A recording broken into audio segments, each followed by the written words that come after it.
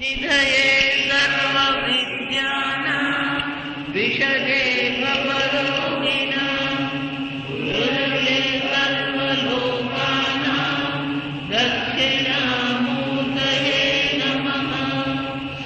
ઓમ નમઃ પ્રણવાર્થાય શુદ્ધજ્ઞાનૈકમૂર્તયે નિર્મલાય પ્રશાંતાય દક્ષિણામૂર્તયે નમઃ.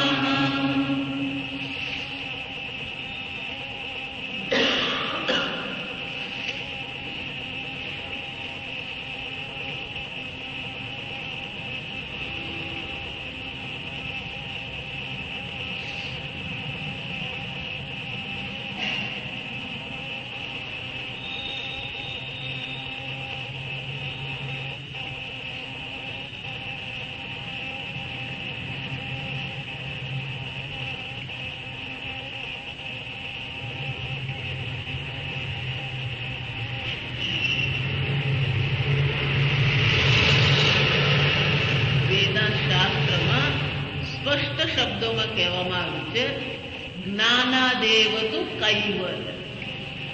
જ્ઞાનથી જ કૈવલ્ય મોક્ષની પ્રાપ્તિ છે. પણ શું જ્ઞાન આપણે જાતે મેળવી શકીએ ખરા? એટલે શાસ્ત્ર શ્રવણ વિના જ્ઞાન શક્ય નથી. આપણને આ આખ્યાયિકા ખબર છે કે બૃહદારણ્યક ઉપનિષદમાં યાજ્ઞવલ્ક્યને બે પત્ની હતી, મૈત્રેયી અને કાત્યાયની. જ્ઞાની હતા, રાજા જનકના ગુરુ. પણ આશ્રમ હતો, વિશાળ આશ્રમ, બધું જ હતું. આત્મચિંતન માટે, આત્મજ્ઞાનની નિષ્ઠા માટે એમણે સંન્યાસ લેવાનું નક્કી કર્યું. જ્યારે એમણે સંન્યાસ ગ્રહણ કરવાનું નક્કી કર્યું, એમણે વિચાર્યું કે આટલો મોટો આશ્રમ છે, આટલા બધા પશુપાલન થઈ રહ્યું છે, એટલે બે વિભાગ કરી નાખ્યા. અને પછી કાત્યાયની મૈત્રેયીને બોલાવીને કીધું કે આ તમને હું બે અડધા હિસ્સા આપી દઉં છું, હું સંન્યાસ ગ્રહણ કરું છું.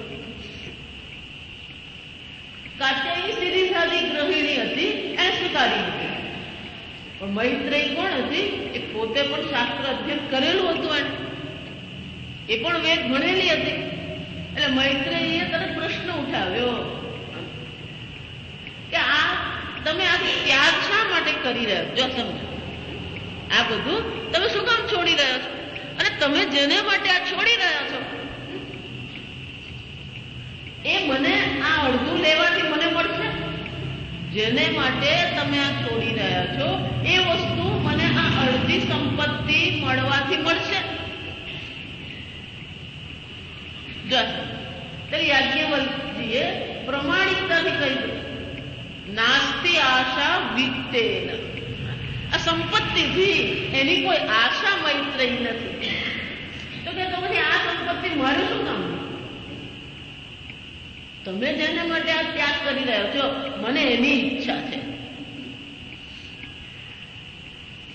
આપણને તો કોઈ આપી દે ને ચાલો નિરાશ થઈ ગયું.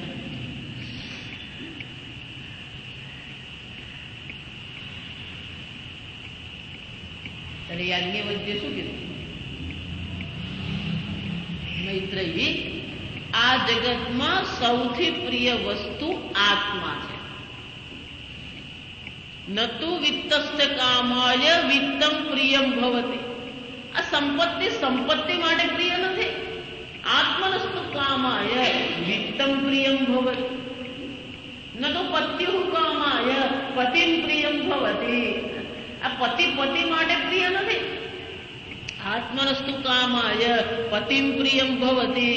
ન તો પત્ન્યુ કામાય પત્ની પ્રિયમ ભવતી. આત્મનસ્તુ કામાય પત્ની પ્રિયમ ભવતી. ન તો સ્વર્ગસ્ય કામાય સ્વર્ગમ પ્રિયમ ભવતી. આત્મનસ્તુ કામાય સ્વર્ગમ પ્રિયમ ભવતી. આજે 32-35 નું આખું લિસ્ટ છે. આ સમજવાનું. ન તો પુત્રસ્ય કામાય પુત્રમ પ્રિયમ ભવતી. એ પુત્ર ક્યાં સુધી પ્રિય હોય? જો વિચાર, એ જયારે વિરોધ કરવા માંડે ત્યારે એક પુત્ર પછી શું બની જાય? આ બધી તૈયારી રાખવાની જ આપણે. ઘર છે, ધન છે, સંબંધ છે, પતિ છે, પત્ની છે. જમણે એક ભાઈ બિચારાને બહુ મુશ્કેલી થઈ ગઈ. અચાનક જ પત્નીને કેન્સર થયું, કેન્સર પ્રસરી ગયું અને 6 જ અઠવાડિયામાં પત્ની શું થઈ ગઈ? ગુજરી. આખી જિંદગી બંને સાથે જ રહેલા, માંડ છૂટા પડેલા. જો સમજો, સવારથી સાંજ બંને સાથે જ હોય. પેલો સવારે ટિફિન લઈને જાય, નોકરી પાસે આવે, પછી વળી પાછું. હવે એમને એટલું અઘરું પડે. 2 વર્ષ થઈ ગયા પણ હજી શું છે, એટલું અઘરું પડે. હજી એમને આંખમાં પાણી આવી જાય, રડવું આવી જાય. રે ન્યુઝીલેન્ડ, ઓસ્ટ્રેલિયામાં, ત્યાં એમ તો સાથે રહેલા એટલે એકલું હું કરવાનું છું. પછી ગામ આવે, પછી એમને કંઈક વસ્તુ શોધવાની હતી. જો વિચારી, મળે જ નહીં, મળે જ નહીં. 2 દિવસ 4, આખું ઘર ઊંધું જતું કરી નાખ્યું. પછી મેં ફોન કર્યો, આવવાના હતા, કેમ આવ્યા નહીં તમે? અરે કે પેલું શોધીએ છે ને, આ જસુ છે નહીં, મળતું નથી. એમ વિચાર જસુ ભગવાનને ઘેર 2 વર્ષથી પહોંચી ગયું.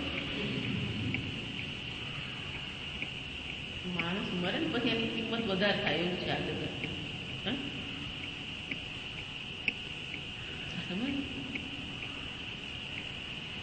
હોય ને ત્યારે કિંમત નહીં થાય, નહીં હોય તો બધી કિંમત થાય. પણ એ બધી કિંમત શાના માટે? આત્માનો શું કામાય સર્વમ પ્રિયમ ભવતિ. આપણા માટે જ છે. કોઈ કોઈના પર ઉપકાર કરતું જ નથી. આ સમજવાનું. કોઈ ઉપકાર કરી શકે નહીં. એટલે મૈત્રી કે મૈત્રી, આ બધો પ્રેમ છે, પણ કઈ દ્રષ્ટિએ? સૌથી પ્રિય તો કોણ છે? આત્મા, હું છે. કેમ? કારણ કે આત્મા આનંદ સ્વરૂપ છે, પૂર્ણ આત્મા છે. અન્ય જે પણ કઈ છે એ અપૂર્ણ છે, અનિત્ય છે, જડ છે, વિકારી છે. એક આત્મા છે જે પૂર્ણ છે, આનંદ સ્વરૂપ. તો કે એ આત્માને જાણવો હોય તો આત્મા વા અરે દ્રષ્ટવ્ય. આ આત્માને દર્શન કરવા યોગ્ય. તો કેવી રીતે કરવા? શ્રોતવ્ય, શ્રવણ કરવું. શાસ્ત્ર શ્રવણથી જ્ઞાન છે. એ શ્રવણ કર્યા પછી પણ મનમાં સંશય રહેતો હોય તો પછી શું કરવાનું? મંતવ્ય, એનું મનન કરીએ આપણે. મનન કર્યા પછી પણ હજી આપણી જન્મો જન્મની આદત પડી ગઈ છે. હું દેહ છું, હું મનુષ્ય છું, હું સ્ત્રી છું, હું પુરુષ છું, હું પંડિત છું, હું અજ્ઞાની છું, જ્ઞાની છું. આદત પડી ગઈ આપણને. વિજ્ઞાન જોયું ને આપણે અભિપ્રાય માને પોતાના વિશે શું છે, અનેક અભિપ્રાય માનવાની આદત પડી જ ગઈ. એ આદતથી છૂટવા માટે શું કરીએ? નિધિધ્યાસિતવ્ય. નિધિધ્યાસન કરીએ, આત્મચિંતન કરીએ. આત્મા વા અરે શ્રોતવ્ય, મંતવ્ય, નિધિધ્યાસિતવ્ય.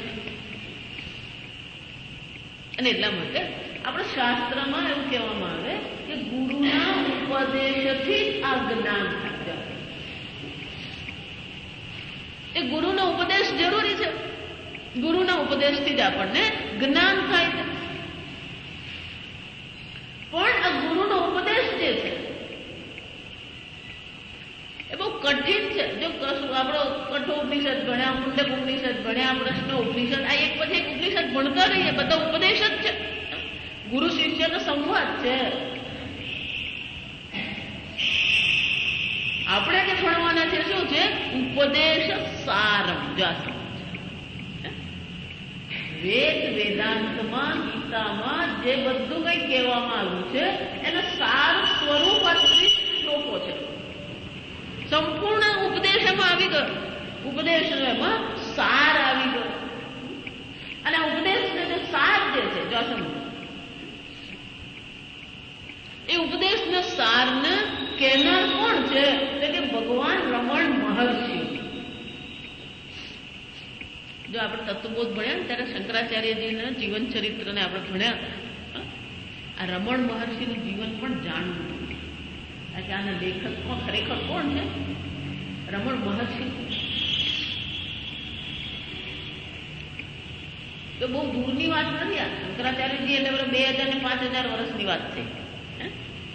રમણ મહર્ષિથી બહુ દૂરની વાત નથી. 1879 એમનો જન્મ થયો. તામિલનાડુના ત્રિચુર કરીને ગામ છે. એમનું શું થયું હતું? ડિસેમ્બર 1879 એમનો જન્મ થયો. બ્રાહ્મણ કુટુંબ હતું. એમનો ભાઈ હતો, મોટા ભાઈ હતા. અચાનક કોઈ કારણસર એમના પિતા ગુજરી ગયા.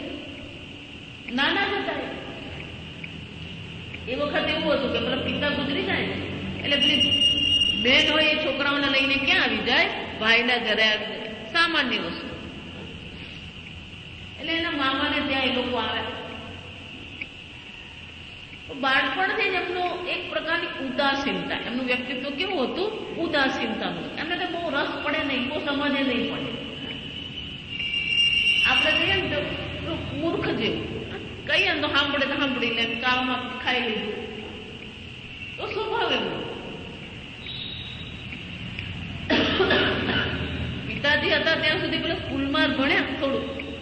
પછી મામાને ત્યાં આવ્યા. મામા ક્યાં હતા? મદુરાઈ. જો મીનાક્ષી મદુરાઈ આપણે કહીએ, બહુ પ્રસિદ્ધ મંદિર છે, વિશ્વ પ્રસિદ્ધ મંદિર છે.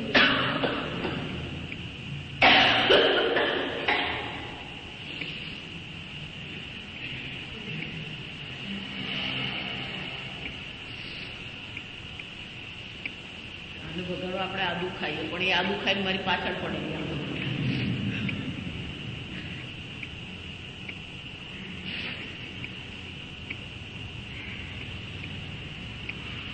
તો મદુરાઈમાં એમના મામા રહેતા હતા. પછી એમના મામાએ શાળામાં મૂક્યા એમને.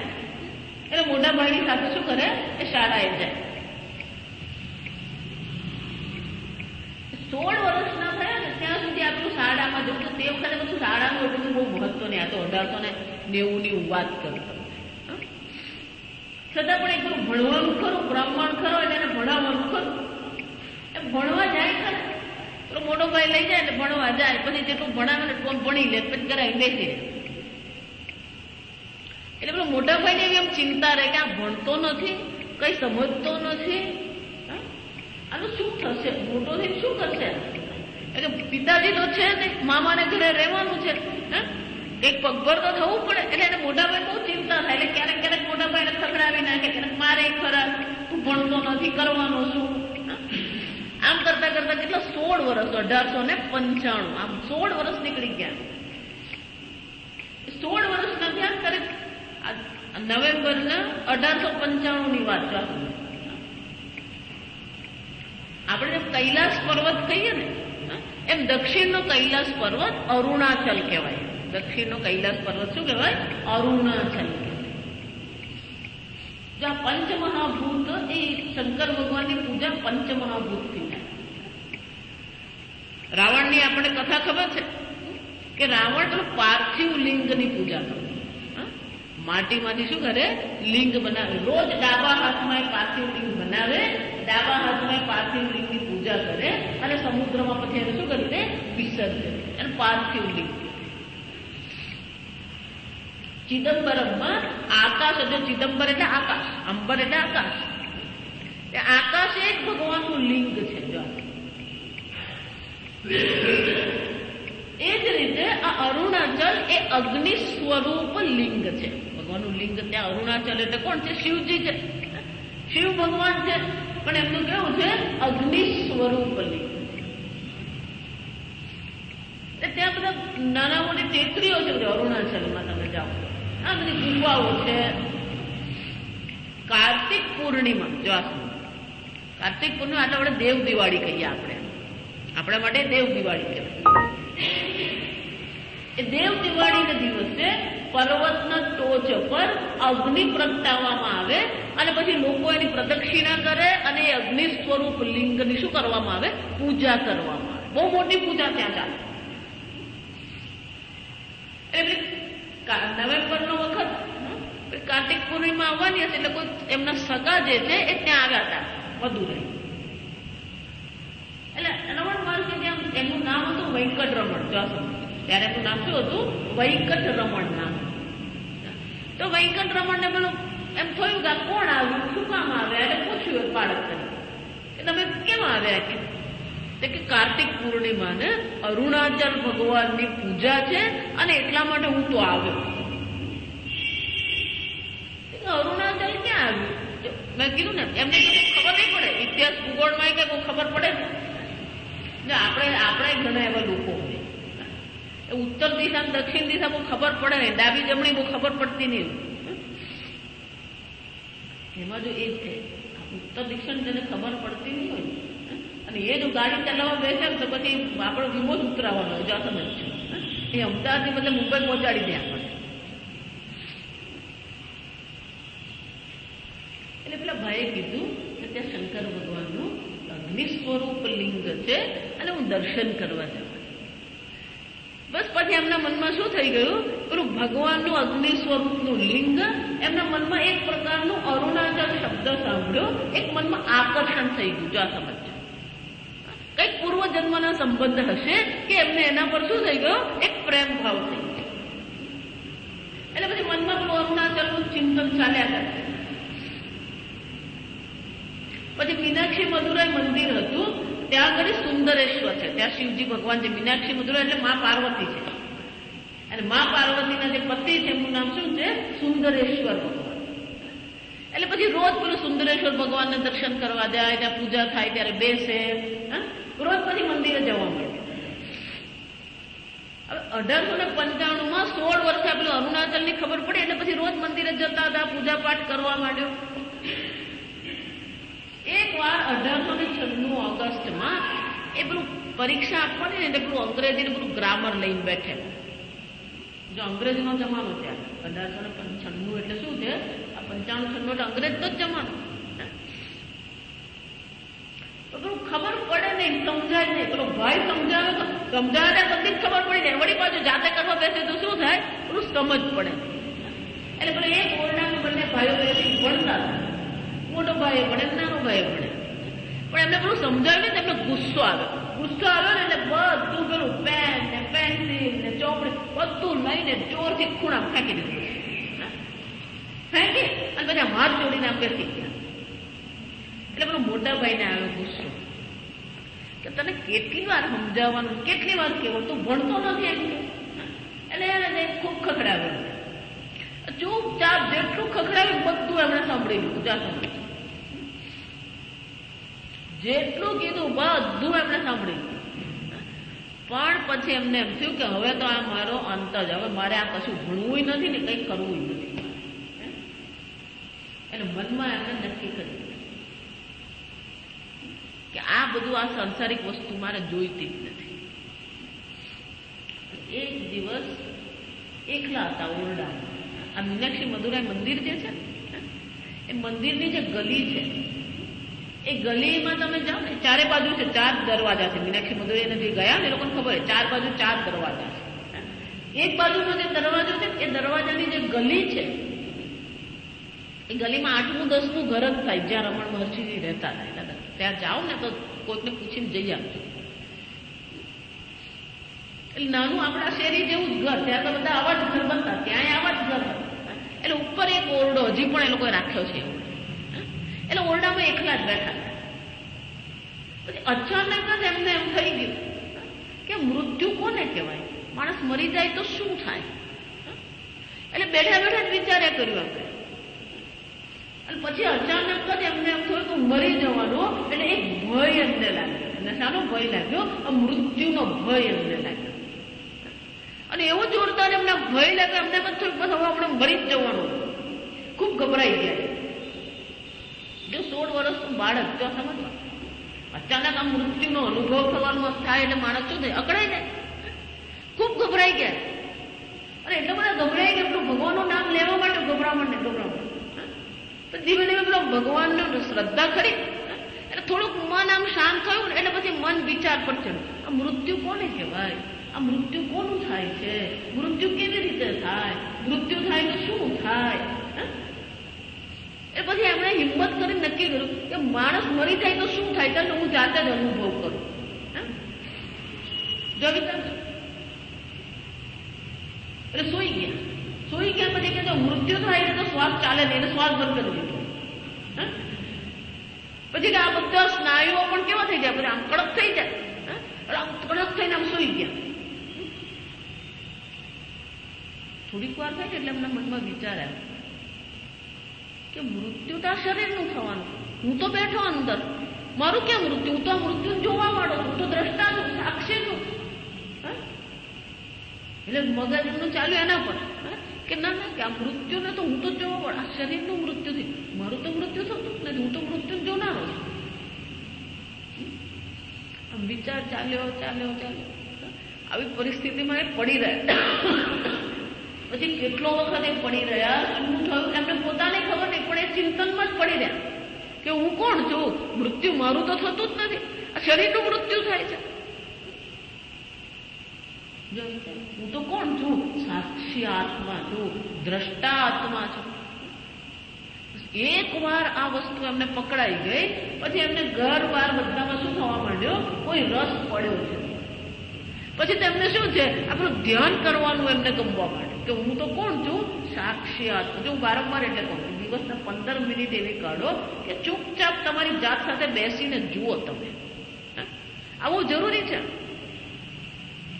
પણ આપણે એકલા રહેવાની આદત જ નથી, અને એમાં પેલું મોબાઈલ ને ટીવી આવી ગયું, વાત પૂછવાની જ નહીં. પછી સમજવા 15 મિનિટ બસ તમારી સાથે બેસીને જુઓ કે તમે શરીરમાં કોણ છો? સાક્ષી ચૈતન્ય સ્વરૂપ આત્મા છો. પછી તમને પેલું ધ્યાન કરવામાં જ આનંદ આવે. એટલે પછી બીજું બધામાં કઈ નહીં, ઘરનું કામ નહીં કરે, કોઈ કામ પ્રકારનું કરે નહીં, ભણવાનું નહીં કરે, એટલે પછી ખૂબ ખીજવાય એમને. જા સમજજો, એમને બધા એટલું બધું ખીજવાતા. એટલે એમણે નક્કી કર્યું કે હું તો હવે અરુણાચલ જતો રહું. હું શું કરવાનો? આ ભગવાનના શરણમાં જ જતો રહેવાનો, અહીંયામાં રહેવું નથી. એટલે એક દિવસ પેલા એના ભાઈને ફી ભરવાની હતી, એટલે સ્કૂલમાં પેલું ફી ભરવા માટેના પૈસા મામાએ આપેલા. એમાંથી થોડાક પૈસા એમણે લઈ લીધા અને સીધા નીકળી ગયા. મેં આગળ કીધું એમને કોઈ ભૂગોળ ઉત્તર દક્ષિણ કશું ખબર નહીં. ગયા સમજ પૈસા લઈને શું કર્યું? 2-4 જણાને પૂછ્યું ત્યારે હું કીધું કે આ પેલી ટ્રેન છે, આ ટ્રેન પકડીને તું જા તો તને ના અરુણાચલ જશે. એટલે પેલી ટિકિટ લીધી, ટિકિટના પૈસા ઓછા પડ્યા. જો આ સમજ, અરુણાચલ જવાના પૈસા પૂરા. એટલે પછી જ્યાં સુધીની ટિકિટ મળી ત્યાં સુધીની ટિકિટ લઈ લીધી, બેસી ગયા, પહોંચ્યા. પછી જો તે વખત બધા કાન વિંધાવીને પહેરતા, એટલે પેલું મને ખબર પડી કે મારા કાનમાં શું છે? સોનાની બુટ્ટી. એટલે સોનાની બુટ્ટી કાઢી ત્યાં આગળ કોકને આપી અને પૈસા લીધા. પહેરેલે કપડે નીકળી ગયા. પૈસા જે આવ્યા ને એમાંથી પછી ક્યાં પહોંચ્યા? અરુણાચલ મંદિરમાં. તે બહુ સુંદર મંદિર છે. 100 ત્યાં આગળ મેં હજી દર્શન કર્યા નથી, મારે દર્શન કરવાનું બાકી છે. મંદિરમાં પહોંચ્યા. એક વાર અરુણાચલે પહોંચ્યા, 54 વર્ષ સુધી પછી ક્યાંય ગયા જ નહીં. પછી ક્યાં રહ્યા? ત્યાં ને ત્યાં જ રહ્યા. 6 મહિના સુધી ત્યાં મંદિરમાં પેલી પ્રસાદનું વિતરણ થાય ને, પ્રસાદ લેતા રહે અને ત્યાં શાંતિથી બેસી રહે. અને એક દિવસ એમના મગજમાં આવ્યું, એને ટકો કરાવી દીધો, કપડા ઉતારી દીધા, ખાલી કૌપીન પહેરીને અરુણાચલ મંદિરની આજુબાજુ મેં કીધું એમ અનેક ગુફાઓ બધી છે, પથરાળ જમીન, ગુફામાં જઈને બેસી ગયા. મંદિરમાં આવીને પેલો પ્રસાદ લે અને બાકીનો વખત શું કરે? ગુફામાં બેસી. 17-18 વર્ષનો યુવાન, જો સમજવાનું, બહુ યુવાન અવસ્થા. એટલે લોકો જોયે ખરા ને કે આ કૌપીન પહેરેલો આ છોકરો છે. પછી લોકો એમને જાત જાતના નામથી બોલાવે. કોઈ કુમાર સ્વામી કે, ને કોઈ બાલ યોગી કે, ને કોઈ બાલ સ્વામી કે, ને પછી પેલી જનોય ખરી પહેરાવેલી. એટલે જનો એને કૌપીન, બે જ વસ્તુ એમને. એટલે પછી કોઈ કે આ બ્રાહ્મણ સ્વામી છે. જાત જાતના નામથી લોકો એમને શું કરતા રહ્યા? બોલાવતા રહ્યા. આમને એમણે વર્ષો વિતાવ્યા. પછી લોકોને ખબર પડવા માંડે કે આ સ્વામીજી છે તો સત્સંગ કરે. હવે એ વખતે દક્ષિણમાં ઘણા બધા શાસ્ત્રના પંડિતો હતા અને અરુણાચલમાં પણ અનેક પંડિતો શાસ્ત્રના. એક પંડિત હતા કાવ્યકંઠ ગણપતિ. 1907 એ રમણ મહર્ષિની પાસે ગયા અને કીધું કે હું આ બધા શાસ્ત્ર ભણ્યો છું ખરો, પણ તમે જે આત્મતત્વની ચર્ચા કરો છો એમાં મારું કઈ મેળ પડતો નથી. એટલે રમણ મહર્ષિજી એમને સમજાવ્યા, બેસાડ્યા, વાત કરી, ધ્યાનની ચર્ચા શીખવી અને ધ્યાન કેમ કરવું શીખવ્યું, એને ઉપદેશ શીખ્યો. પછી 1914 એમના માતાજી પણ એમની પાસે રહેવા આવી ગયા. 1922 સુધી, જો આ સમજો, 7 વર્ષ સુધી એમના માતાજી શું છે એમની સાથે જ રહ્યા. અને 1922 એમના માતાજીનો દેહ પણ છૂટ્યો. પણ આ દરમિયાનમાં અનેક લોકો એમની પાસે આવતા, અનેક લોકો આ ધ્યાનનો અને ઉપદેશ જ કરતા, એ શાસ્ત્રનો ઉપદેશ કરતા. એ ભણ્યા નતા, જો સમજો, પણ એમનો ઉપદેશ બધો કયો હતો? આ શાસ્ત્રોક્ત ઉપદેશ અને ધ્યાન. એમનું મુખ્ય, અત્યારે પણ રમણ મહર્ષિનું તમે જુઓ, એ લોકોનું મુખ્ય તે ધ્યાન જ કરવાનું. સાક્ષી આત્માનું શું કરવાનું? ધ્યાન કરવાનું. પણ એ સાક્ષી આત્માનું ધ્યાન કરવાનું એટલે શાસ્ત્ર બાજુએ કરી દેવાનું એવું નતા કહેતા. જો સમજો, પછી એક બીજા પંડિત જગદીશ્વર શાસ્ત્રીજી, એ વેદાંતના પંડિત હતા. એ શિવલીલા, તામિલના શું લખતા હતા? શિવલીલા લખતા. એ શિવલીલા જયારે લખી રહ્યા હતા ત્યારે એમણે એક શિવલીલા છે દારૂકા વનમાં થયેલી શિવ. એટલે તામિલમાં એમણે આખી દારૂકા વનમાં જે પ્રસંગ બન્યો એ પ્રસંગ એમણે લખી લીધો. જો સમજો, પ્રસંગમાં એવું બન્યું કે દારૂકા વનમાં કેટલાક પંડિતો એક મહાન યજ્ઞ કરી રહ્યા હતા અને તપસ્વીઓ હતા. એ બધા પંડિતો કોણ હતા? તપસ્વીઓ અને પંડિતો. ખૂબ બધી સિદ્ધિઓ હતી તપશ્ચર્યાને કારણે. એમની પાસે બધી સિદ્ધિઓ પણ ખૂબ હતી અને યજ્ઞ દ્વારા પણ એ લોકો શું કરવા માંગતા હતા? અનેક સિદ્ધિ મેળવવા માંગતા હતા. હવે આ જયારે યજ્ઞ કર્મ થતા હોય તો પત્ની કે નવરું તો બેસવાનું હોય ને.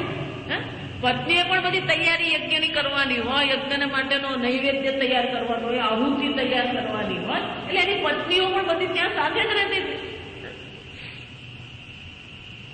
આમ બધા શિવ ભક્ત બધા, પણ ક્યાં ઘડી એ લોકોનું મગજ હતું બસ આ યજ્ઞ કર્મ કરવાનું, આટલા તપશ્ચર્યા કરવાની ને આવી સિદ્ધિ મેળવવાની. આમ સતત એ લોકોની બુદ્ધિ ક્યાં ચાલતી હતી? કર્મમાં જરૂરત હતી. કર્મ જ કરતા હતા, અનેક પ્રકારના યજ્ઞ કરવાના. એટલે શંકર ભગવાનને એમ થયું કે આ મારા ભક્તો છે અને જો કર્મમાં જ પડેલા રહેશે તો પછી એમને મોક્ષ પ્રાપ્તિ નહીં થાય, આત્મજ્ઞાન એમને થઈ શકે નહીં. અને એટલા માટે આ બધાને મારે શું કરવું જોઈએ? એક પાઠ ભણાવવો જોઈએ કે આ કર્મ એમને કોઈ રીતે કામ આવે એમ છે જ નહીં. એટલે શંકર ભગવાને વિષ્ણુ ભગવાનને કીધું કે આ ભક્તો મારા છે, સાત્વિક છે પણ કર્મરત છે, એ કર્મથી છોડાવવા માટે તમે મને મદદ કરો તો આ બધા પંડિતો જે છે અને એમની પત્નીઓ જે છે એમને આપણે આત્મજ્ઞાન દ્વારા મોક્ષની પ્રાપ્તિ કરાવી શકીએ. એટલે શંકર ભગવાન એક તેજસ્વી યુવાન સાધુનું રૂપ લીધું અને વિષ્ણુ ભગવાને મોહિની રૂપ લીધું. ચાલુ વિષ્ણુ ભગવાન મોહિનનું રૂપ લઈને પેલી યજ્ઞશાળામાં આ બધા વિદ્વાનો જે યજ્ઞ કરી રહ્યા હતા ત્યાં પહોંચી ગયા. હવે જો આ મોહિની સામે આવે ને પછી ભલભલાના મગજ ફરે. આ સમજ એટલે વિશ્વ મોહિની કહેવાય. શું કહેવામાં આવે? જો એટલા માટે આ વિષ્ણુ ભગવાન અને શિવ ભગવાન આ લીલા જે હોય ને એમાં આપણે જો માથું મારા જાય ને તો આપણું મગજ ફરી જ જાય. આ સમજ જ્યાં પેલી વિશ્વ મૂળીની પ્રગટ થઈ, આ બધો યજ્ઞ બાજુએ રહી ગયો ને, આહુતિ બાજુએ રહી ગયા ને, મંત્ર બધા શું થઈ ગયા? બસ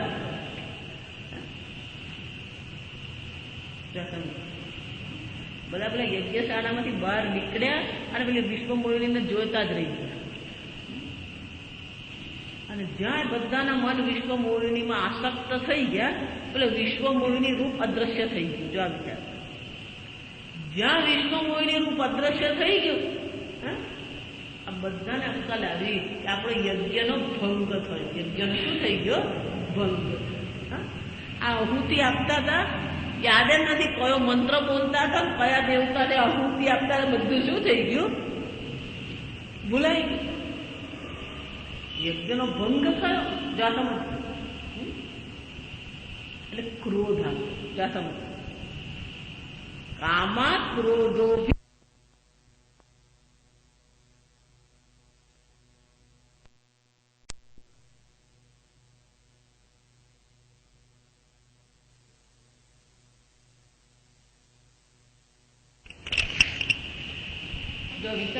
સાત્વિક કર્મ હોય કે રાજસિક કર્મ હોય કે તામસિક કર્મ હોય, પણ જો સકામ ભાવથી કરવામાં આવતું હોય અને એમાં વિઘ્ન આવે તો પછી શું થવાનું? ક્રોધ આવવાનો. ક્રોધ આવી ગયો,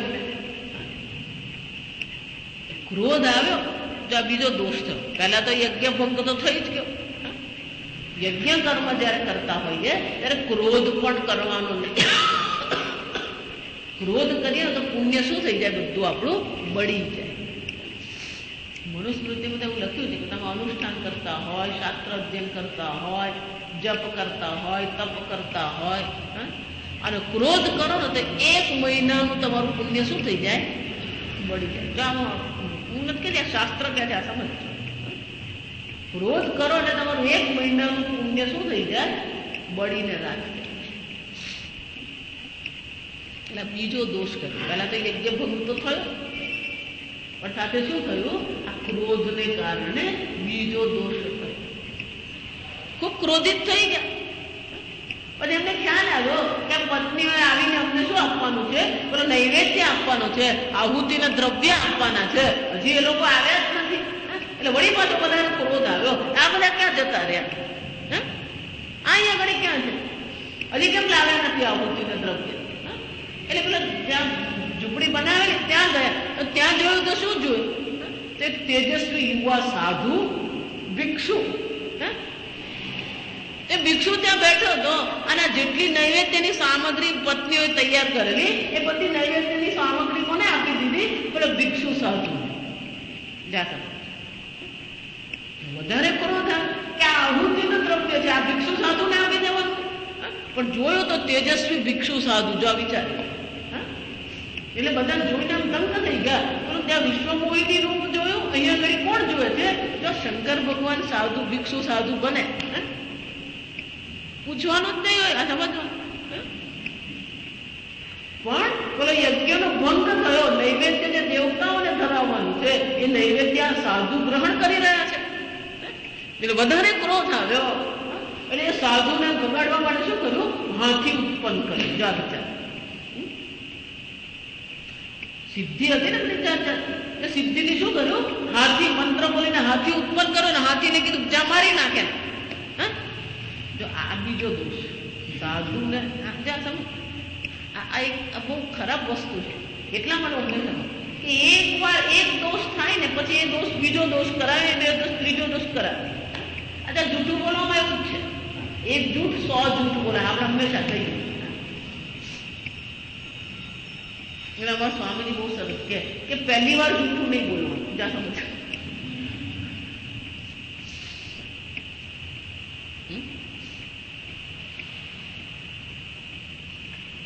શું સાધુ સામાન્ય તો હતા ને, શંકર ભગવાન સ્વયં હતા.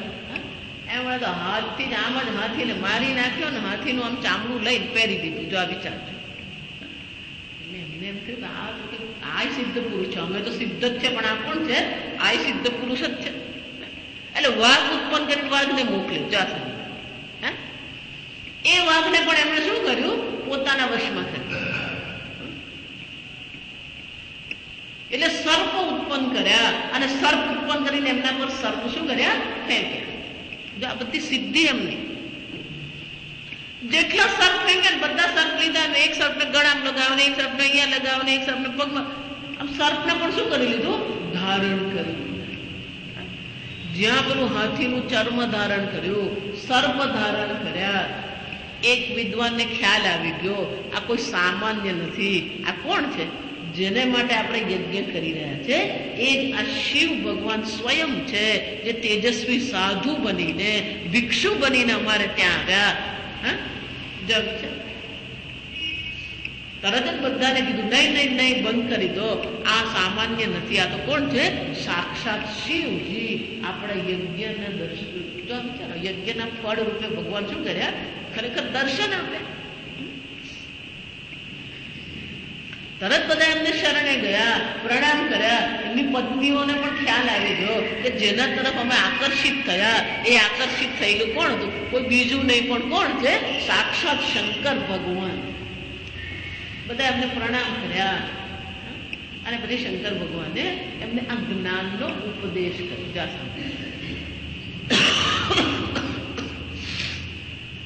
હવે આ મુરુગનર જે પંડિત, આ લખનાર, શિવલીલા લખનાર કોણ હતા? મુરુગનર પંડિત. અહીંયા સુધી શિવલીલા એમણે અહીંયા સુધી લખી. જો અંતિમ અધ્યાય હતો, એમણે જે શિવલીલા લખતા હતા, તામિલમાં જે લખતા હતા શ્લોક, આટલે સુધી લખ્યું ને પછી શિવજીનો ઉપદેશમાં શું લખવાનું ને એમને ખબર પડી ગઈ. એટલે ગૂંચવાઈ ગયા. પણ થોડા દિવસ વિચાર કર્યો કે શિવજીએ જ્ઞાનનો ઉપદેશ આપ્યો, એમાં મારે શું લખવાનું એમને ખબર પડી નહીં. એટલે આ મુરુગનર સ્વામી પછી શું ક્યાં કરી ગયા? આ રમણ મહર્ષિજી પાસે. અને રમણ મહર્ષિજીને એમણે કીધું કે મેં શિવ લીલાના આ તામિલ શ્લોકો લખ્યા છે ખરા, પણ હવે શિવ ઉપદેશ જે લખવાનો છે એ મને ખબર પડતી નથી. એટલે હવે શિવ ઉપદેશ તમે મને લખાવો. જાસનજી. એટલે રમણ મહર્ષિજીએ એમને 30 તામિલ શ્લોકમાં આ ઉપદેશ લખાવ્યો. ઓરિજિનલ ઉપદેશ આરંભ તો સંસ્કૃત પછી થયો. પેલા મૂળ શ્લોક એના સામા છે, તામિલ શ્લોક છે. અને મુરુગનર જે હતા એ સામાન્ય પંડિત નતા. એ પોતે પણ એક સરસ મજાના ઉદી પર છંદ એમણે ત્યાં બનાવ્યો હતો. એ છંદમાં આ બધા શ્લોકો એ લખતા. આમ આ તામિલમાં તો 30 શ્લોકો લખાવે રમણ મહર્ષિ, કારણ કે રમણ મહર્ષિને ખાલી તામિલ આવડતું હતું અને તેલુગુ આવડતું હતું. બીજી કોઈ ભાષા આવડતી નથી, ભણેલા હતા જ નહીં. એટલે તામિલમાં એમણે આ લખાવ્યું.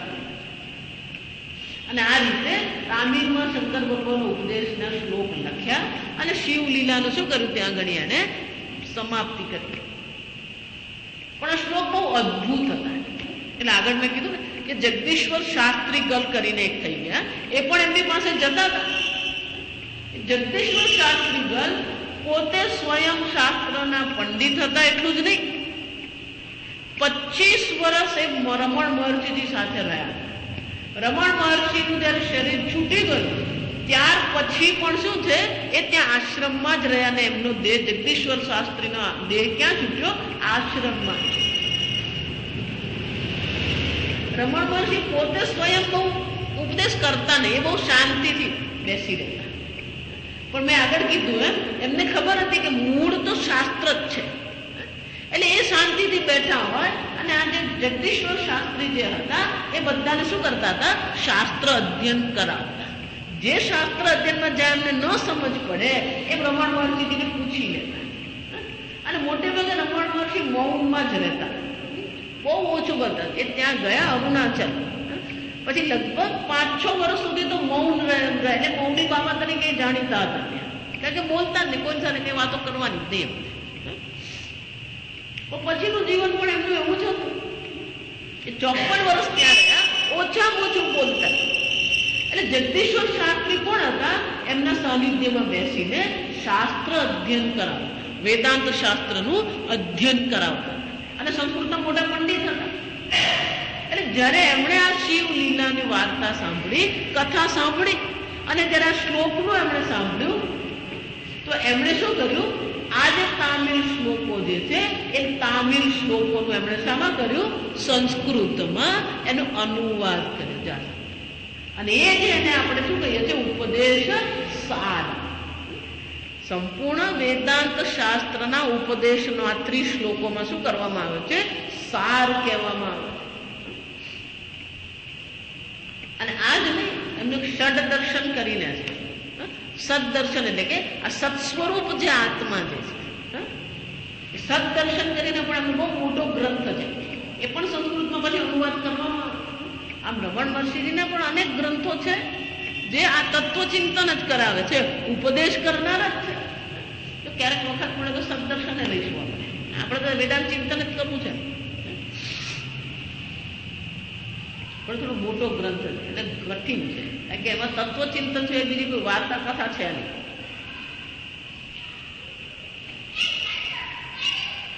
આમ કે 54 વર્ષે ગયા અને 1950 એપ્રિલમાં, જો આ સમજો, બહુ દૂરની વસ્તુ નહીં કહેવાય, સમજો. એપ્રિલ 1950માં એમને કેન્સર થયું અને કેન્સરમાં શું થયું? એમનું શરીર છૂટી ગયું. જો 1947માં આપણને શું મળી? સ્વતંત્રતા મળી. અને 1950માં રમણ મહર્ષિજીનો દેહ છૂટી ગયો. તો મેં આગળ કીધું એક વાર ત્યાં ગયા, પછી 54 વર્ષ સુધી ક્યાં રહ્યા? એ 1896માં એ ત્યાં અરુણાચલ ગયા. દેહ છૂટ્યો ત્યાં સુધી એ ત્યાં ગુફામાં જ રહેતા. પણ પછી તો બધા શિષ્યો આવે છે, પછી તો પરદેશથી પણ અનેક હજી પણ છે. અનેક પરદેશીઓ જે બધા આપણે ત્યાં જે દર્શન શાસ્ત્ર માટે આવતા અને દર્શન શાસ્ત્રમાં સમજ ન પડતી, તો એ બધા ક્યાં જતા? રમણ મહર્ષિજી પાસે જતા. અને એમને શિષ્યો પેલું અંગ્રેજીનું ગુજરાતી ને તામિલ ને અંગ્રેજી કરી આપતા હતા. પણ અનેક એમના પરદેશના પણ શિષ્યો છે, હજી પણ છે. આ સમજો, આ રમણ મહર્ષિજી જે છે એમણે આ ઉપદેશ સારનો તામિલમાં રચના કરેલી અને જગદીશ્વર શાસ્ત્રી ગલે એનું શું કરવાનું તો સંસ્કૃતમાં એનો અનુવાદ કરેલો. એ જ આપણા પાસે આ 30 શ્લોક છે. જો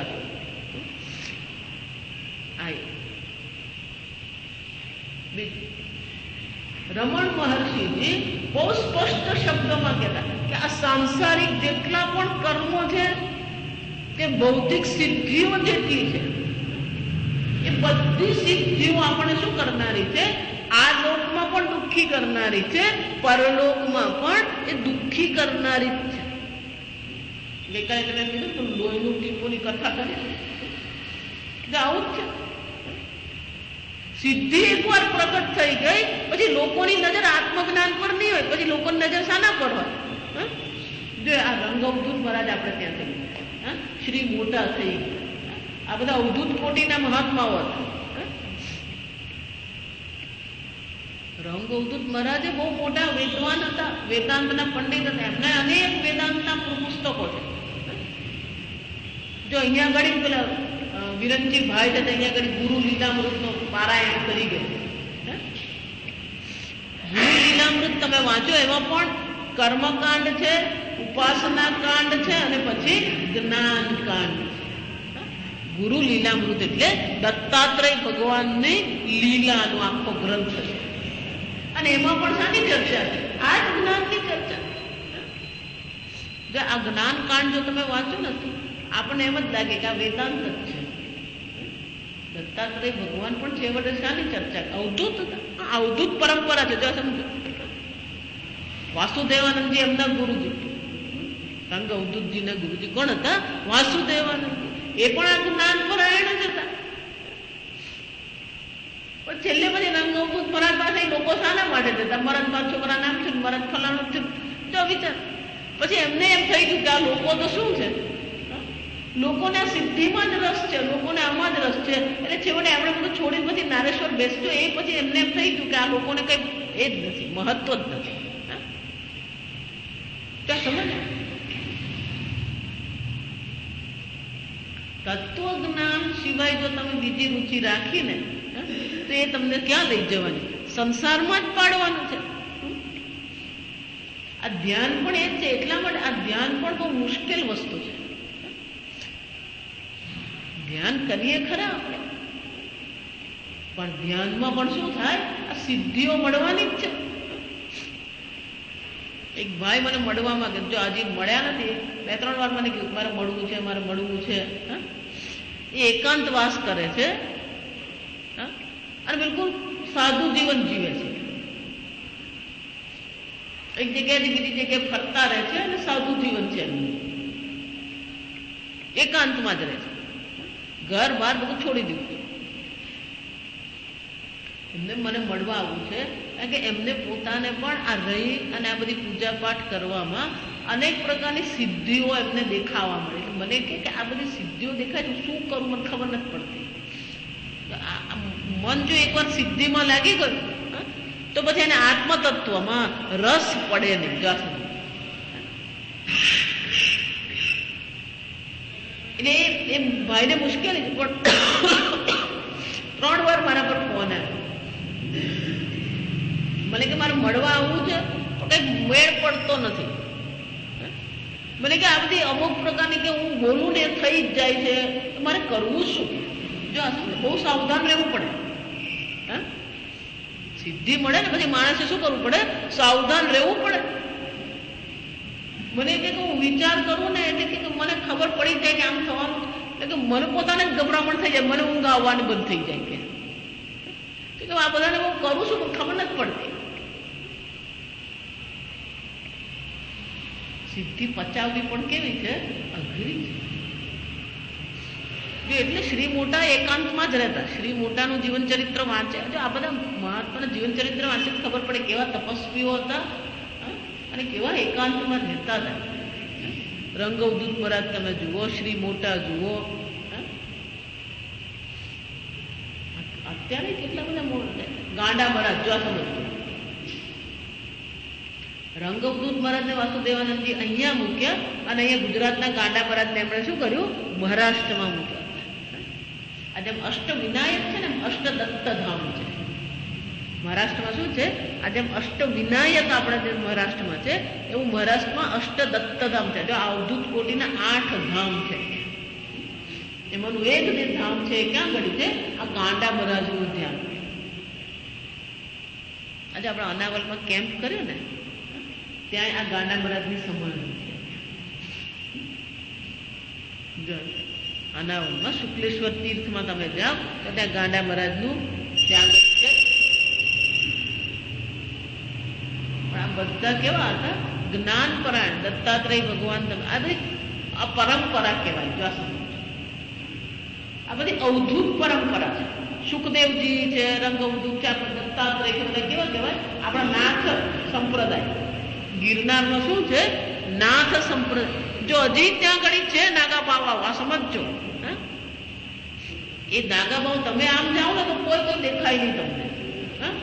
મહાશિવરાત્રી, જો 23મી મહાશિવરાત્રી છે, મહાશિવરાત્રી તમે ત્યાં જાઓ ને તો રાતના 12 વાગે તમે જુઓ ને તો માણસ માય નહીં, એટલા આગળ નાગા બાવાઓના નાથ સંપ્રદાયના હોય. પણ જ્યાં સવાર પડે મહાશિવરાત્રીની રાત્રે બધા ભેગા થાય, સવાર સૂર્યોદય થાય એટલે બધા પાછા શું થઈ ગયા હોય? અલોપ થઈ જાય. એ ક્યાં જાય ને ક્યાં ખાય છે ને શું રહે કોઈને ખબર નથી. ત્યાં તમે જઈ જુઓ કોઈ ખબર પડે. આપણે અનેક સાધકો છે. જો આ પૂર્ણ કુંભ જયારે હોય ને, કુંભ મેળો, કુંભ મેળામાં તમે જઈને જુઓ તો કેવા કે બધા નાગા બાવાના અખાડા કહેવાય. 11 અખાડા છે આપણે ત્યાં, વિચારીશું. અવધૂત અખાડો છે, જૂના અખાડા, જો અવધેશાનંદજી જે આપણે તે જૂના અખાડા, સૌથી મોટો અખાડો એટલે જૂના અખાડા. અખાડા એટલે બધા અવધૂત કોટીના જે મહાત્મા, બધાને શું કહેવામાં આવે? અખાડા. આ પણ સંપ્રદાય, પણ અખાડા કે અવધૂત કોટીમાં પણ સંપ્રદાયમાં છેવટે મહત્વ તો કોનું છે? આ તત્વજ્ઞાન ને આત્મજ્ઞાનનું જ છે. એ લોકોને આ સિદ્ધિમાં રસ નહીં પડે. મળેલી સિદ્ધિ હોય પણ એ લોકોને પણ શું છે? આ સિદ્ધિમાં રુચિ નહીં પડે. આમ આ ઉપદેશ સાર પણ આપણને શાના માટે છે? કે આ જે બધા પંડિતો હતા, સિદ્ધ પુરુષો હતા, શંકર ભગવાને એમનો સિદ્ધિનો અહંકાર તોડી નાખ્યો. અને અહંકાર છેવટે જે નડે ને આપણને આપણો અહંકાર જ નડે. આ સમજ એ ધનનો અહંકાર હોય કે જ્ઞાનનો અહંકાર કે સિદ્ધિનો અહંકાર હોય. અહંકાર વિમૂઢાત્મા કર્તાહમિતિ મન્યતે. તમારી ને ઈશ્વર વચ્ચે છે એ કોણ છે? આ તમારો અહંકાર જ છે. શંકર ભગવાને લીલા કરીને એમનો અહંકાર તોડ્યો અને પછી એ ભગવાને શરણે ગયા અને ભગવાને શું કર્યું? એમને ઉપદેશ કર્યો. જો અર્જુનની એ જ હાલત હતી. પહેલા અધ્યાયમાં અર્જુને બધી ધર્મની ચર્ચા ભગવાનને કરી. ભગવાન આમ છે, યુદ્ધ નહીં કરવું જોઈએ, આ વર્ણ શંકર થશે, નરકમાં જવું પડતું. 25 જાતની વાતો કરી. કેમ? એને અહંકાર હતો. ભગવાન હું જે ધર્મની વાત કરું છું બરાબર જ છે. ભગવાને એના અહંકારને પણ શું કર્યું? જો ક્ષુદ્ર હૃદય દૌર્બલ્યમ ત્યક્તોત્તિષ્ઠ ભારત અનાર્યમ અજુષ્ટમ સ્વર્ગમ અકીર્તિકરમ અર્જુન. અર્જુન, આ તું કઈ વાત કરી રહ્યો છે? અનાર્ય, આ તને શોભે એવી વાત જ નથી.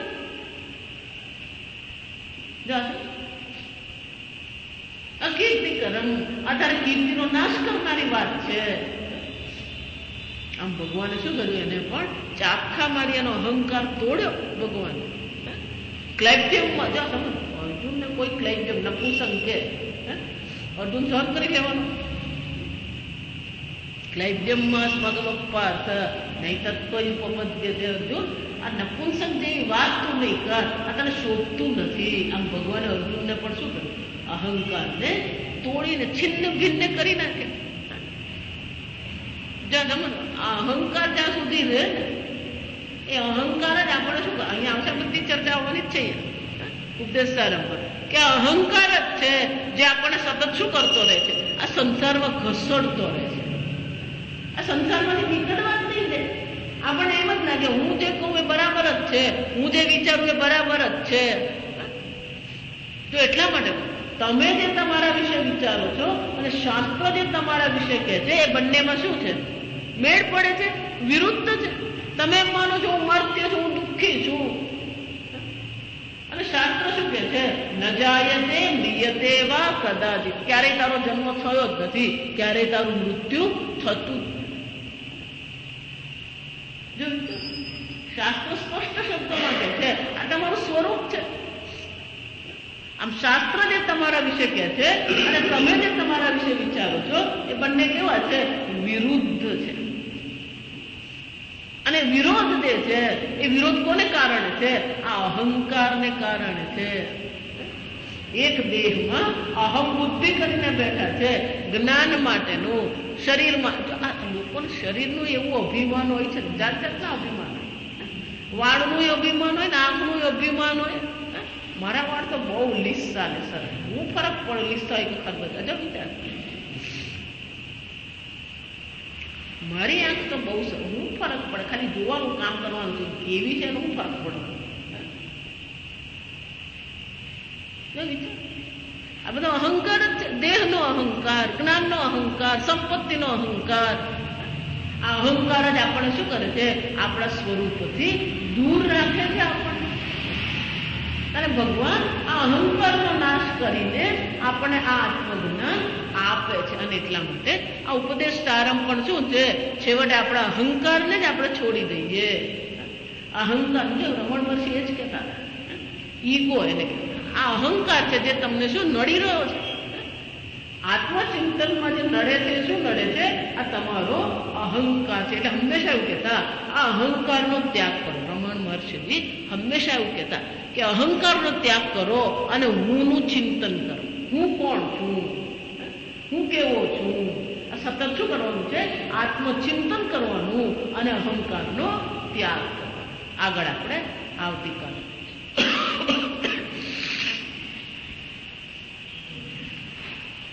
ઓમ સ્વસ્તિ પ્રજા